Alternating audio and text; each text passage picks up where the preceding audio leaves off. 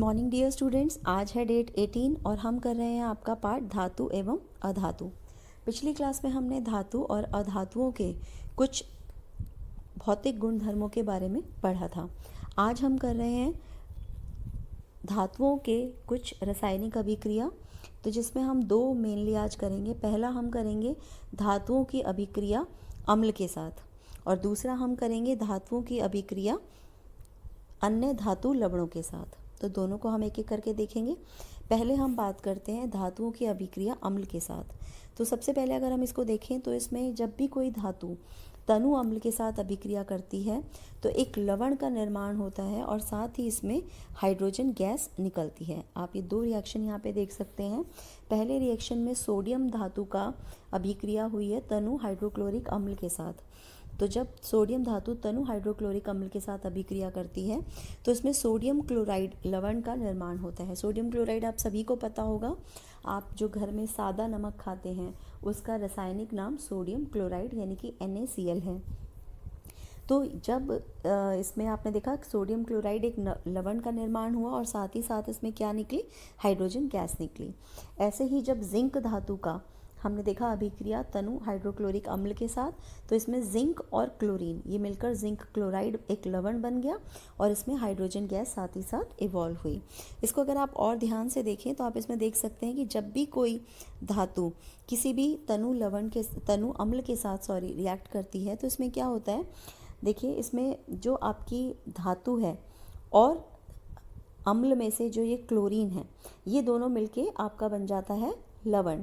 देखिए यहाँ पे Na और Cl मिलके बन गया NaCl।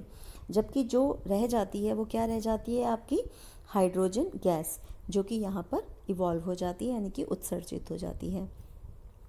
इसमें एक एक्सेप्शन है कि जब धातुएं नाइट्रिक अम्ल के साथ अभिक्रिया करती हैं, जब धातुओं की अभिक्रिया नाइट्रिक अम्ल के साथ होती है तो इस केस में हाइड्रोजन गैस उत्सर्जित नहीं होती।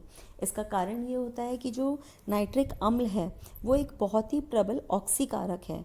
ऑक्सीकारक है इस वजह से जो हाइड्रोजन गैस बनती है ये साथ ही साथ उसको क्या कर देता है, ऑक्सीकृत कर देता है और उसे जल में परिवर्तित कर देता है और खुद नाइट्रोजन का कोई ऑक्साइड बनाता है।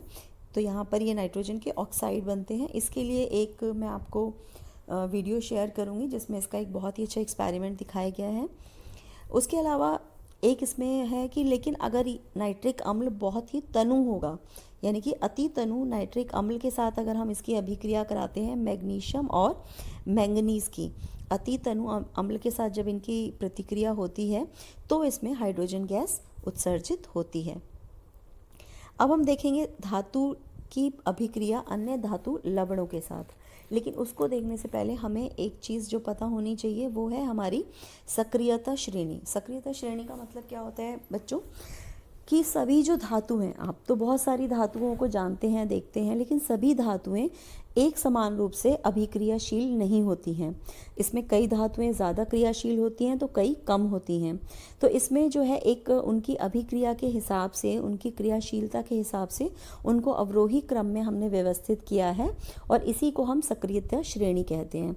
तो इसमें जो धातुएं हैं ऊपर से नीचे आप इनको देख सकते हैं। तो ये जो है सबसे ऊपर जो धातु है वो सबसे अधिक अभिक्रियाशील है और जो सबसे नीचे धातु है वो सबसे कम अभिक्रियाशील है। इसमें अगर आप ध्यान दें तो बीच में एक हाइड्रोजन गैस भी है, जबकि हाइड्रोजन एक धातु नहीं है।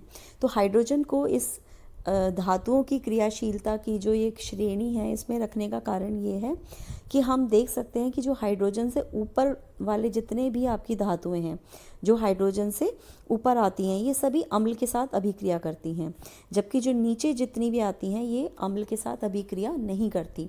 अम्ल में क्या होता है, हाइड्रोजन गैस होती है और ये ऊपर जितनी भी धातुएं हैं सब हाइड्रोजन से ज़्यादा अभिक्रियाशील हैं, तो ये हाइड्रोजन को हटा देती हैं, उसको हटाकर उसकी जगह पर लवण का निर्माण करती हैं और हाइड्रोजन गैस उत्सर्जित होती है। जबकि जो नीचे कम अभिक्रियाशील हैं, क्योंकि ये हाइड्रोजन से कम अभिक्रियाशील हैं तो इसलिए ये लवण में से हाइड्रोजन गैस को हटा नहीं पाती हैं और इसलिए उनका कोई भी रिएक्शन अम्ल के साथ नहीं होता है। आप सभी जानते हैं कि आपकी सोने की, चांदी की जो ज्वेलरी होती है वो आसानी से ख़राब नहीं होती, वो किसी भी चीज़ के साथ उसकी अभिक्रिया नहीं होती है। तो अब अगर हम देखें आपका ये जो है लवण, धातु लवण और अन्य धातु की अभिक्रिया, तो इसमें अगर किसी भी धातु का एक धातु लवण के साथ जब अभिक्रिया होती है तो इसमें हमें ये देखना होता है कि ये अगर धातु, ये वाली जो धातु है ए धातु, ये बी धातु से ज़्यादा अभिक्रियाशील है। जैसे अगर इसमें हम देखें तो इसमें हमारी है आयरन और कॉपर। अगर आप इसमें ध्यान से देखिए तो आयरन और कॉपर दो धातुएं हैं हमारी। आयरन क्योंकि कॉपर से ज़्यादा क्रियाशील है तो ये कॉपर को हटाकर और आयरन का सल्फेट बन जाएगा और कॉपर जो है वो अलग से निकल जाएगा बाहर। ऐसे ही जब हम कॉपर का रिएक्शन करते हैं सिल्वर नाइट्रेट के साथ, सिल्वर यानी कि चांदी, तो कॉपर क्योंकि सिल्वर से ज़्यादा अभिक्रियाशील है तो कॉपर सिल्वर को उसकी जगह से हटा देगा और कॉपर नाइट्रेट का निर्माण करेगा और जो सिल्वर है वो अलग हो जाएगा। वहीं पर अगर हम किसी कम अभिक्रियाशील धातु को रिएक्ट करते हैं, अभिक्रिया करवाते हैं किसी ज़्यादा क्रियाशील धातु के लवण के साथ, तो उसमें कोई भी रिएक्शन नहीं होगा। जैसे कि आपको इसमें दिखाया गया है, यहाँ पर हमने आयरन सल्फेट का सॉल्यूशन लिया है। इसमें जो आयरन सल्फेट का विलयन है, सॉल्यूशन है ये, और इसके अंदर हमने एक तांबे की तार यहाँ पर डाली है जो आप देख सकते हैं।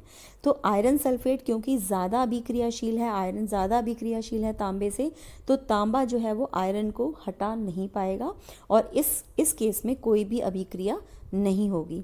जबकि यहाँ पर आप देख सकते हैं इस केस में यहाँ पर हमने लिया है कॉपर सल्फेट का विलयन जो कि नीले रंग का होता है और इसके अंदर हमने डाली है आयरन की एक, लोहे की एक कील। तो इस केस में आप देखिए क्योंकि आयरन यानी कि लोहा कॉपर से ज़्यादा क्रियाशील है तो वो कॉपर सल्फेट में से कॉपर को हटा के आयरन सल्फेट बना देगा और कॉपर धातु अलग हो जाएगी। इसके आगे का जो पार्ट है यानी कि जो क्वेश्चन आंसर वाला पार्ट है वो हम अगली वीडियो में डिस्कस करेंगे ताकि वीडियो आपकी ज़्यादा हैवी ना हो और इजीली आपकी डाउनलोड हो जाए।